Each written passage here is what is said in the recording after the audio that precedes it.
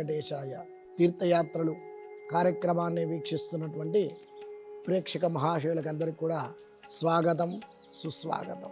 వెంకటాద్రి సమస్థానం బ్రహ్మాండే నాస్తి కించన, వెంకటేశ సమో దేవో నభూతో నభవిష్యతి. వెంకటేశ్వర స్వామి ఈ యొక్క కలియుగంలో లోకక్షేమం కోసం ఉద్భవించినటువంటి ఆ యొక్క స్వామి, శేషాచల కొండలైనటువంటి ఆ యొక్క తిరుపతి 7 కొండల మీద వెలిసినటువంటి ఆ యొక్క వెంకటేశ్వర స్వామి యొక్క వైభవాన్ని గూర్చి, స్వామివారి యొక్క వివాహం జరిగినటువంటి ఆ యొక్క సందర్భాన్ని గూర్చి ఇప్పుడు మనం అందరం కూడా తెలుసుకుందాం. ఓం నమో వెంకటేశాయ. వెంకటేశాయ అంటే మన యొక్క కష్టాలన్నీ కూడా తొలగిపోతూ ఉంటాయి. అంతేకాకుండా స్వామిని గోవింద అని మనం మనసారా స్వామిని స్మరించినట్లయితే మన యొక్క పాపాలన్నీ కూడా పటాపంచలై ఆ స్వామి యొక్క అనుగ్రహం పరిపూర్ణంగా మనకు కలుగుతూ ఉంటుంది. ఆ వెంకటేశ్వర స్వామికి గోవింద అని పిలిస్తే ఎంతో సంతోషం కలుగుతూ ఉంటుందట. ఎందుకంటే ఆనాటి కాలంలో లక్ష్మీ అమ్మవారు వైకుంఠం నుంచి అలిగి భూలోకం వచ్చిన తర్వాత ఆ అమ్మవారిని వెతుక్కుంటూ స్వామివారు కూడా భూలోకానికి విచ్చేశారు. అలా వచ్చినటువంటి ఆ యొక్క స్వామి ఒక చక్కని పుట్టలో పవలించి ఉన్నాడు. స్వామి పడుకొని ఉన్నాడు. ఆ పవలించి ఉన్న తర్వాత అక్కడికి ఒక ఆవు ప్రతిరోజు కూడా వచ్చి చక్కగా స్వామికి ఆ పాలని ధారలుగా పోస్తూ ఉండేటువంటి, ఎవరు పితకకుండానే ఆ పాలన్నీ కూడా ధారలుగా పోస్తూ ఉండేటువంటిది. అలా ఆ వెంకటేశ్వర స్వామి యొక్క ప్రాణాలను కాపాడినటువంటిది గోవు కాబట్టి అటువంటి ఆ యొక్క గోవు అంటే స్వామికి చాలా ప్రీతికరమైనటువంటిది. ఆ గోవింద అనే నామాన్ని ఉచ్చరించినట్లయితే మనకు కూడా స్వామి ఆయురారోగ్యైశ్వర్యాలన్నీ కలిగింపచేస్తూ ఉంటాడు. మన యొక్క కష్టాలని కూడా తొలగింపచేస్తూ ఉంటాడు.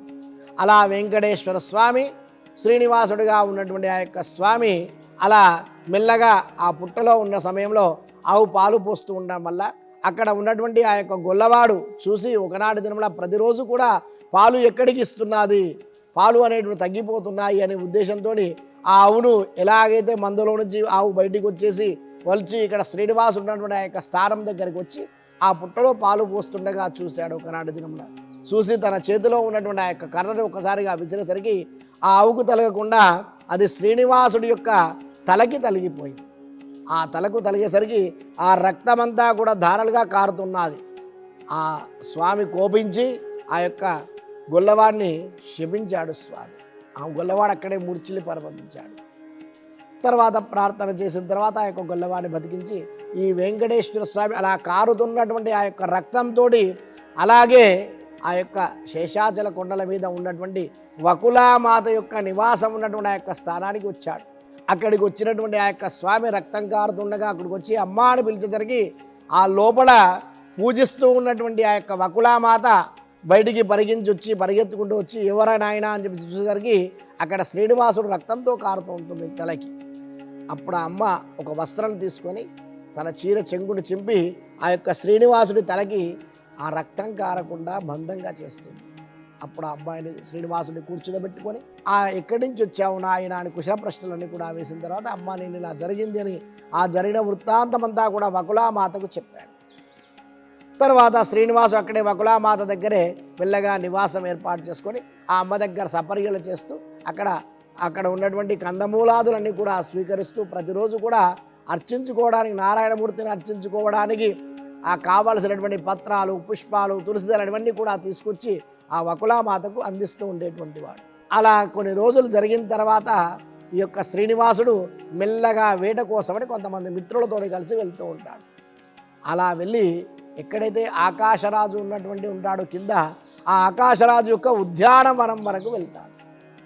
ఆ ఉద్యానవనం దగ్గర వచ్చి ఒక చెట్టు దగ్గర దాచుకునేసరికి ఆ లోపల ఉద్యానవనంలో ఆకాశరాజు యొక్క కుమార్తె అయినటువంటి ఆ యొక్క పద్మావతి తన యొక్క చెల్లికత్తులతోటి అక్కడ నృత్యాలు చేస్తూ ఆనందంగా కాలాన్ని గలుపుతుంది. ఆ శ్రీనివాసుడు చూసినటువంటి వాడి ఆ యొక్క పద్మావతి వెంబడి పడుతూ ఉంటాడు. ఎంత చెలికత్తలు చెప్పినా వినకుండా పద్మావతి దగ్గరికి వచ్చి మాట్లాడి మళ్ళీ తిరిగి వెళ్తాడు. అలా ప్రతిరోజు చేస్తూ ఉన్నాడు. ఈ విధంగా కొన్ని రోజులకి ఆ పద్మావతి మీద శ్రీనివాసుడికి వ్యామోహం కలిగి వివాహం చేసుకోవాలని సంకల్పం చేసుకున్నాడు. మరి పద్మావతి ఎవరో కాదు, అలనాటి కాలంలో ఉన్నటువంటి శ్రీదేవి ఈ యొక్క పద్మావతి మహాలక్ష్మి స్వరూపమైనటువంటి ఆ యొక్క పద్మావతి ఇక్కడ ఆకాశరాజు యొక్క కుమార్తెగా జన్మించింది. అటువంటి ఆ యొక్క కుమార్తెను చేసుకోవాలని చెప్పి సంకల్పంతో వచ్చి వకులామాతకి చెప్తాడు, అమ్మ అలానే ఆకాశరాజు యొక్క కుమార్తెని నేను చూసి వరించాను, వివాహం చేసుకోవాలి అనుకుంటున్నాను, నీవు వెళ్ళి మాట్లాడినట్లయితే ఆ యొక్క రాజుగారు ఒప్పుకుంటారు అని చెప్పేసి శ్రీనివాసుడు వకులామాతకి చెప్తాడు. నాయన మన దగ్గర చూస్తే ధనము అనేటువంటిది లేదు, మనం కందమూలాదులు తింటూ ఉన్నాము, మన దగ్గర ఎటువంటి లేదు, ఉన్న పూరి చిన్న పూరిపాక మాత్రం మనకు ఉంది. అతనేమో ఆకాశరాజు అంటే రాజు, ఆ రాజు దగ్గర తన యొక్క కుమార్తెను వివాహం చేసుకోవాలంటే చాలా ఏ ప్రయాసలకు మనం ఓరవాలి నాయన ఇలాగా అని చెప్పేసానంటే, అమ్మ నువ్వు ఏం పర్వాలేదు, నువ్వు రేపు వెళ్ళి మాట్లాడు అని చెప్పేసని ఆ యొక్క వకులామాతకు చెప్పి ఆ శ్రీనివాసుడు ఆ రోజు సాయంకాలం ఒక ఎరకలసాని వేషం వేసుకొని ఆకాశరాజు వద్దకు వస్తాడు. తన భార్యకి చెప్పి, ఏమమ్మా ఈ యొక్క అమ్మాయి ఒక అతన్ని మోహించింది, అతను ఎవడో కాదు, అతను చాలా చక్కటి గుణవంతుడు, చక్కని ధర్మపరాయణుడు, అటువంటి వాడికి ఈ యొక్క అతని పేరు శ్రీనివాసుడు, రేపు ఉదయం వారి యొక్క తల్లిగారు మీ దగ్గరికి వస్తారు, వారు వచ్చి మాట్లాడిన తర్వాత మీరు ఆ యొక్క సంబంధాన్ని ఒప్పుకొని ఈ యొక్క పద్మావతినిచ్చి వివాహం చేయండి, అది లోక కళ్యాణం కోసం ఉపయోగపడేటువంటి ఈ యొక్క వివాహం వీరిద్దరిది కూడా అని ఆ ఎరకలసాని చెప్పి ఆ శ్రీనివాసుడే ఎరకలసాని రూపంలో వచ్చి అలా చెప్పేసి తను వెళ్ళిపోతాడు. మరునాడు ఉదయాత్రమే ఆ వకులాదేవి ఇక్కడికి వచ్చేసరికి ఆ ఆకాశరాజు వకులామాతకి తగిన సత్కార్యాలన్నీ కూడా చేసి ఆవిడ ఉన్నతమైనటువంటి స్థానం మీద కూర్చుండబెట్టిన తర్వాత అప్పుడు ఆ వకులామాత అడుగుతుంది, అయ్యా రాజుగారు, మా యొక్క కుమారుడు శ్రీనివాసుడు ఉన్నాడు, ఆ శ్రీనివాసుడు మీ యొక్క పద్మావతిని మోహించాడట, ఆ పద్మావతినిచ్చి మా యొక్క శ్రీనివాసుడికి వివాహం చేయాలని సంకల్పంతో వచ్చాను, మీరు సమ్మతించినట్లయితే ఇద్దరికి కూడా కుశలోపరి అని చెప్పేసి అనగానే ఆ యొక్క ఆకాశరాజు కూడా సంతోషంతో తప్పకుండా చేద్దాము అని చెప్పేసి ఒక ముహూర్తాన్ని ఏర్పాటు చేసుకొని విశ్వామిత్రుని వశిష్ఠాది మహర్షులందరూ కూడా పిలిచి చక్కటి వివాహం కోసమని ఒక ముహూర్తాన్ని ఏర్పాటు చేసుకున్నారు. అలా లగ్నపత్రిక తీసుకొని ఆ యొక్క వకులామాత శ్రీనివాసుడి దగ్గరికి వస్తుంది. మరి అక్కడ ఆకాశరాజు తను రాజు, తన దగ్గర అనేకమైన ధనకనక వస్తువాహనాలన్నీ కూడా ఉన్నాయి.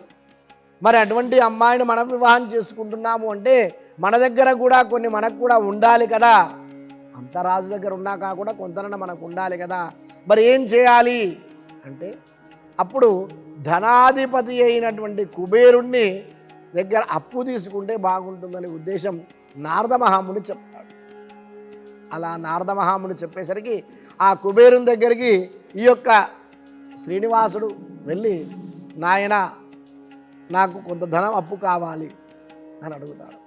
దేనికోసం అంటే నేను వివాహం చేసుకోవాలనుకుంటున్నాను, చీనాంబరాలు రత్నమణిగత మాణిక్యాలన్నీ కూడా కొనుక్కోవాలనుకుంటున్నాను, పట్టు వస్త్రాలు పట్టు పీతాంబరాలన్నీ కూడా ఏర్పాటు చేసుకోవాలి, అంతేకాకుండా అక్కడ ఆ పద్మావతికి తగ్గట్టుగా అన్ని వస్తు సామాగ్రంతా కూడా అన్ని రకాల ఆభరణాలు కూడా అన్నీ కూడా తీసుకోవాలి, అన్ని రకాల వాహనాలు కూడా ఏర్పాటు చేసుకోవాలి, దానికోసమని నాకు కొంత పైకం కావాలి అని చెప్పేసి ఆ యొక్క శ్రీనివాసుడు నారదుడు కూడా ఇద్దరు కూడా అడగడం జరుగుతూ ఉంటుంది.